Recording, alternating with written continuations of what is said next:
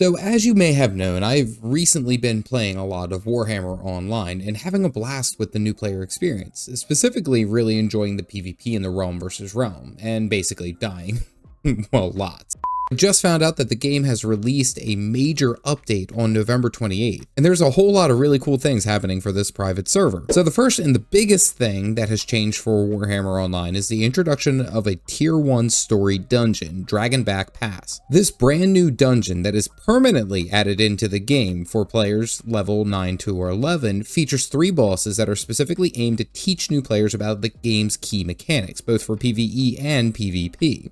Tanks will learn how to guard and then guard swap, healers will learn how to resurrect and cleanse allies, and DPS will learn how to swap targets, which I guarantee you the DPS are going to have the hardest time. Not only is this new content for the game, but it is fully voice acted and focused on an immersive story-driven setting, which is pretty awesome, honestly. 17, Tree Biddy, 10.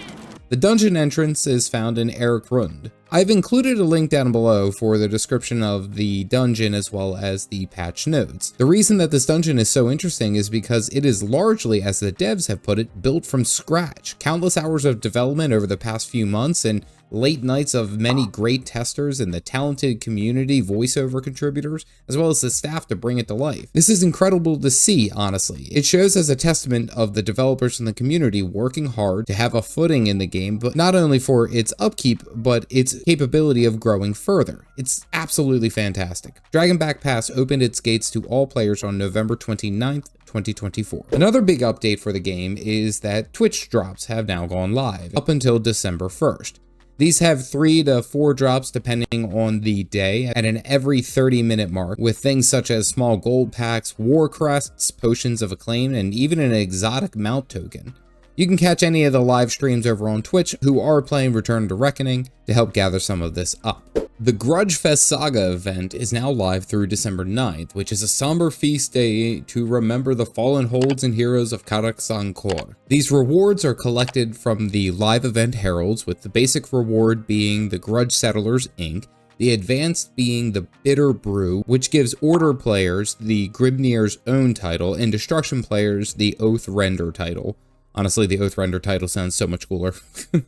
Lastly, the elite reward being Garrickson's Brute Bastion Ring for Order players, or the Stunty Noggin for Destruction players. While this PvP event is active, there are a few other features that are going to be included, such as specific titles for looting items off of fallen enemy players. Specifically, Order players can find a notched choppa from any defeated greenskin player, and that can earn them the title the Doomseeker.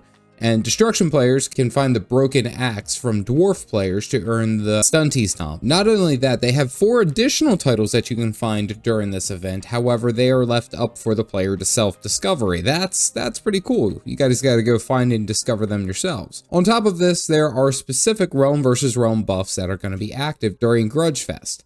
Grudgemaker is a kill streak buff, which increases the amount of renown you gain per kill, climbing higher based off of the amount of unaliving that you do. You become a super valuable target, however, to your enemies, and once you die, you lose all of your stacks. The opposite is a buff called Vengeance Driven. This increases your base stats from 2% all the way up to 25 across the 8 brackets for each time that you die in realm versus realm. This basically makes you deal more and more damage. However, with each player kill you get, you lose a stack of Vengeance Driven. So if you're in a party and you guys are defeating a lot of foes, you're probably going to lose that Vengeance buff pretty quickly. During the Grudgefest, you can also play a bit of a mini game of creating your own Great Book of Grudges. You create this book by gathering the Grudge Settlers Ink as the basic live event reward, and then grab the Grudge Settlers Parchment from some repeatable quests. Once you have these, you can purchase a pocket item that increases your outgoing damage by 2% to the enemy race that has grieved you the most. I'm taking this as the race that has probably gotten the most kills on you as you've played. Lastly, Saga players who participate in Fortress Siege events, either offensive or defensive, will be rewarded with the Fortress Victor's Tales, increasing influence gains by 10% for 3 hours, as well as like 21 new limited time dies that have recently been added to the game. Now, I'll be honest with you, I haven't quite gotten far enough to actually be a part of any of the Fortress Sieges, but it actually sounds really cool that you get like this little buff. and apparently they're testing to have this as a permanent feature. Dwarf and Greenskin heraldry shields have been added to the cosmetic shields into the game. Ironbreakers and Black Orcs, the tank options for the two races, can earn the heraldry shields as permanent additions to Return to Reckoning. This is a really huge update for the game, and I'll be honest with you, it's a great one to get into and play some of that sweet PvP action. As mentioned, I am just catching up on all of the wonderful things that Warhammer Online has to offer. I'm still very new to the game, but these are the 6 best reasons that I have found that this game is going to be worth your time. As always, stay caffeinated, folks.